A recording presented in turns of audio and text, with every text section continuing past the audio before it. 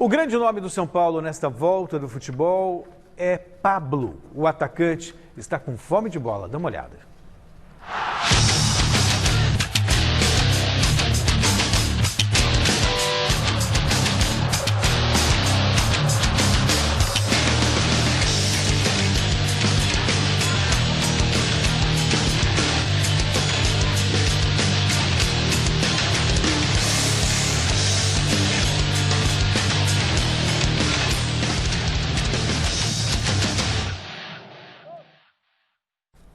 E o Pablo é o nosso convidado de hoje aqui no Gazeta Esportiva. Boa noite, Pablo. Seja bem-vindo ao Gazeta Esportiva. Muito obrigado por nos atender. Você que brilhou no último jogo, antes da pausa, marcando 2 gols no clássico contra o Santos. Veio a pandemia e a competição foi suspensa, mas no retorno, mais 2 vezes contra o Red Bull Bragantino.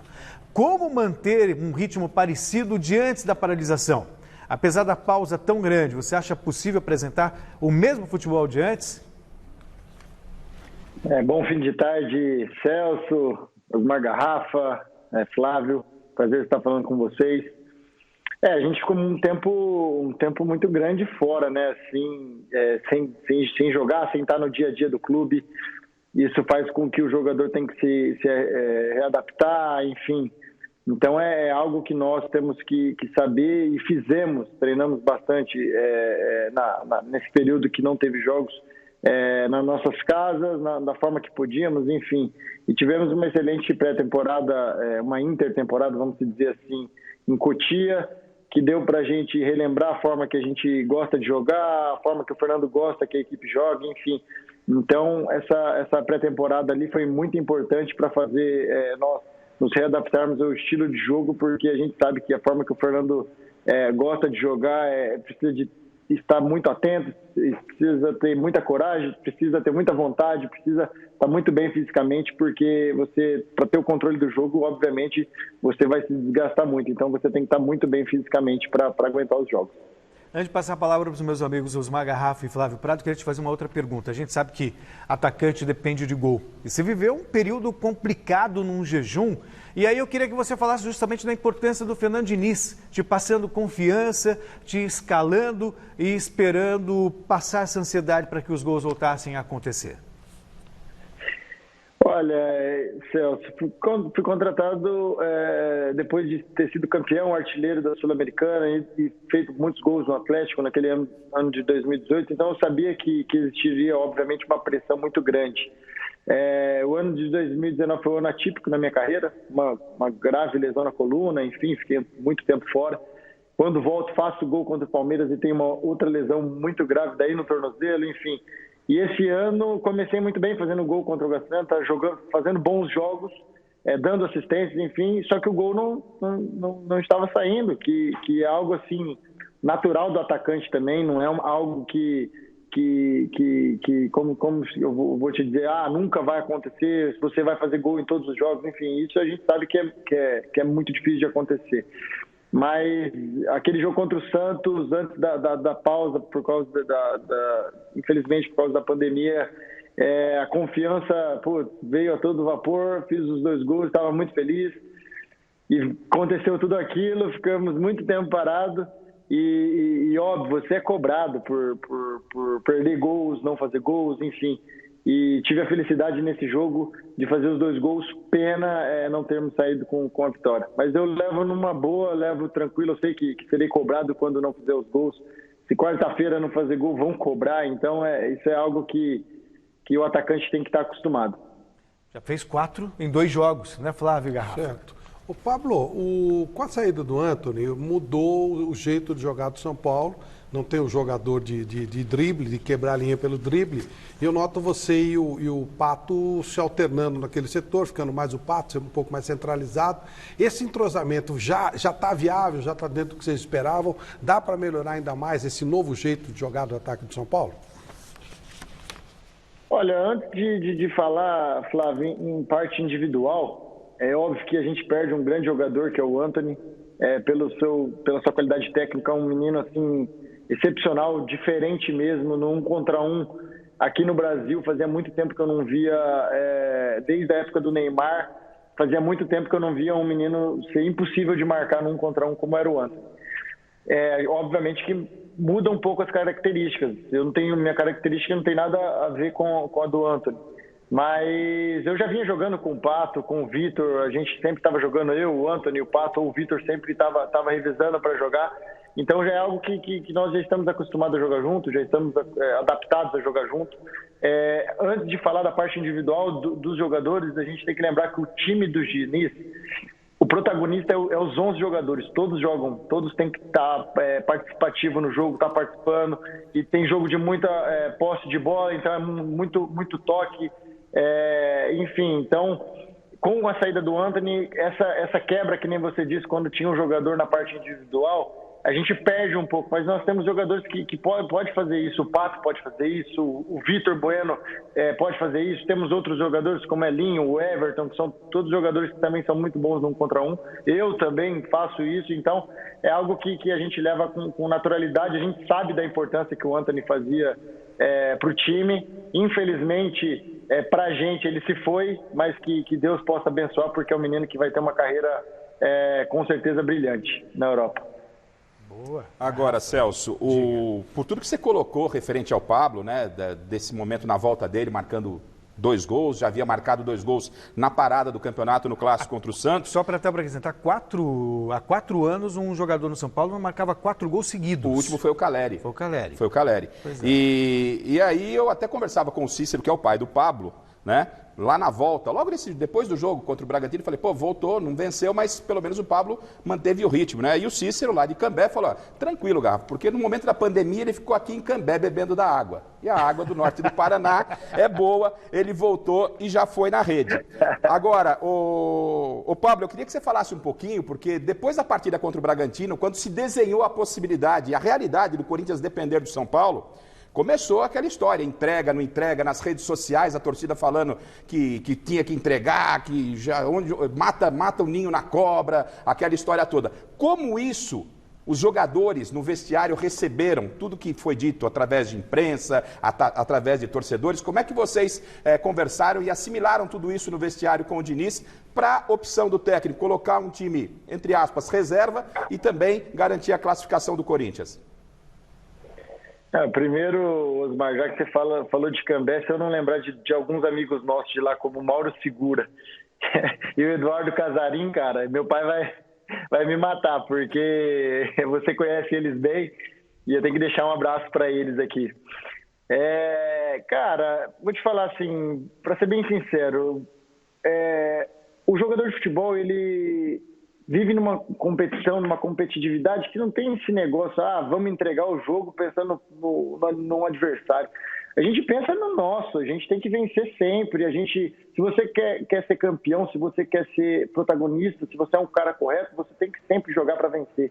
Tem esse negócio de entregar, eu acho que isso não faz muito parte da história do São Paulo e muito menos de qualquer jogador. Eu acho que você tem que sempre jogar para vencer. Esse negócio de jogar para perder, cara, não é algo assim que eu acho que não tem nem que ser discutido, porque um jogador que fala que joga para perder um jogo, para prejudicar o outro, não é profissional. Ele tem que primeiro pensar na instituição dele, na família dele, na torcida, nos seus companheiros. Então ele tem que sempre jogar para vencer. É isso que eu penso.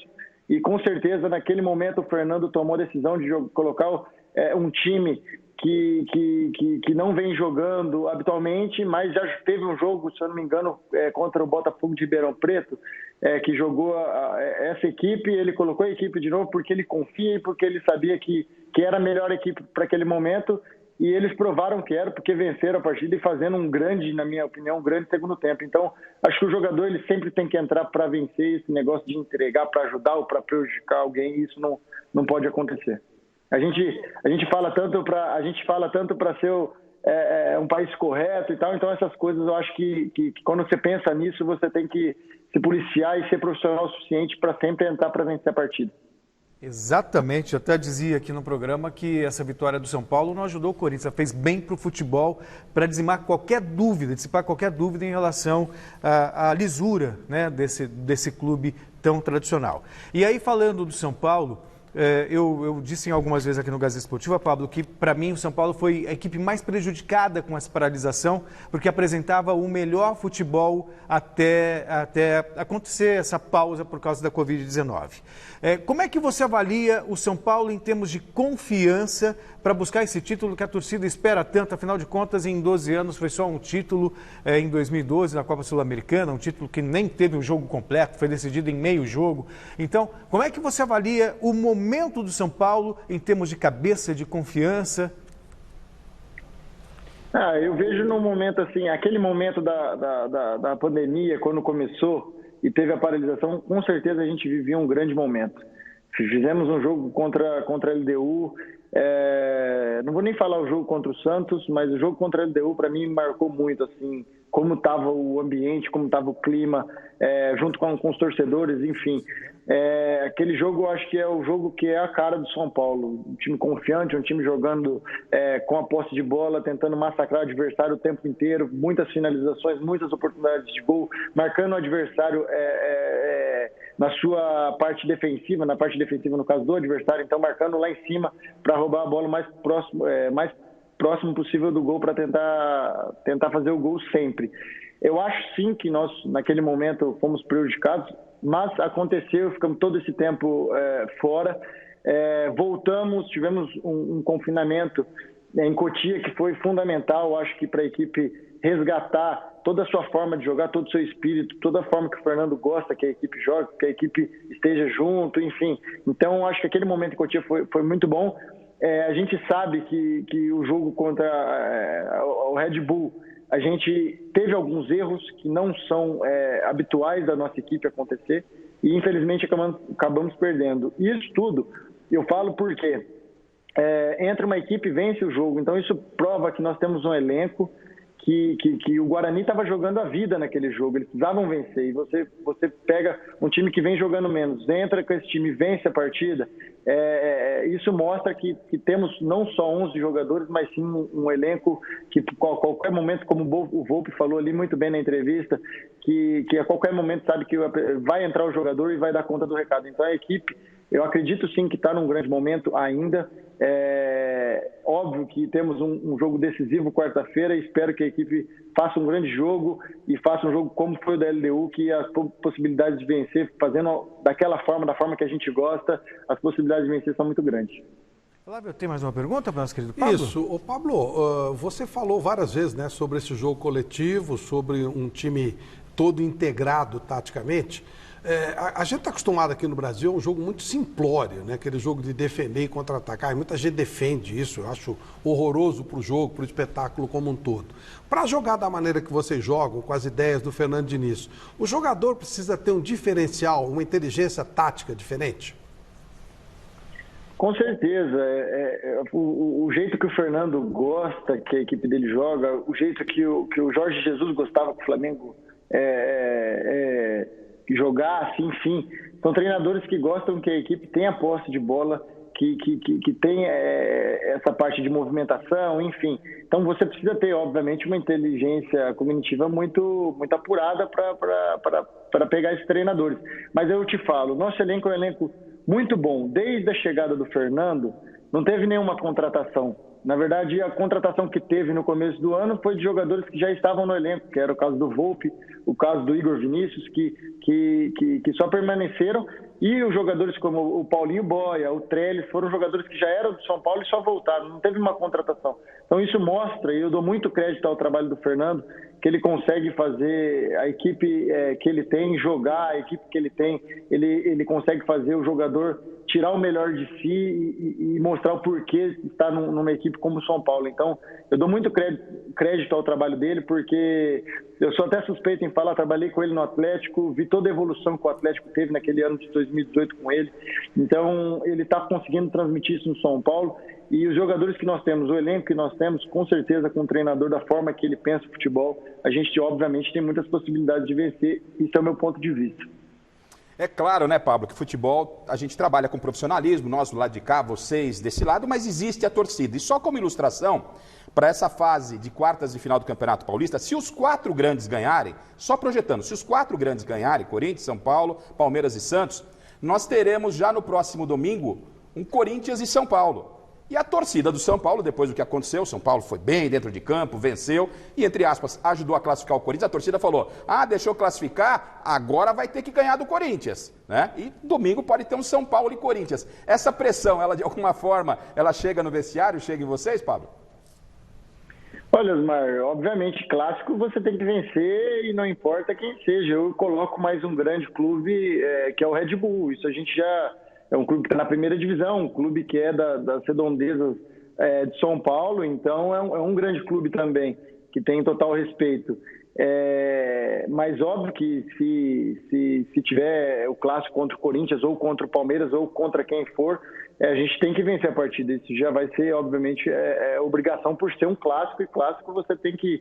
que nem... Já escutei muitas pessoas falando isso, o Paulo Bar um dia falou assim...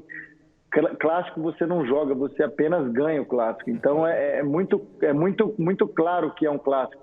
Mas antes de a gente pensar em outros clubes como Corinthians, Palmeiras, Santos, Red Bull, Ponte Preta, a gente tem que focar no jogo do Mirassol. Nós temos, antes de chegar no domingo, nós precisamos vencer o jogo quarta-feira e passar para a semifinal. Esse é o principal ponto. Hoje a gente tem só a cabeça voltada para o jogo contra o Mirassol. É isso aí, vai ser dureza de qualquer maneira. Ou se não for um Corinthians, pode ser um Palmeiras. E aí o bicho pega de qualquer maneira. Pablo, queria agradecer você pela generosidade do tempo concedido a gente. Seja sempre bem-vindo ao Gazeta Esportiva, também ao Mesa Redonda, em qualquer programa de esportes aqui da TV Gazeta, tá bom? E boa sorte para você, que os gols não faltem mais na sua carreira. Obrigado. Prazer imenso ter falado com vocês. Um grande abraço. Outro abraço para você.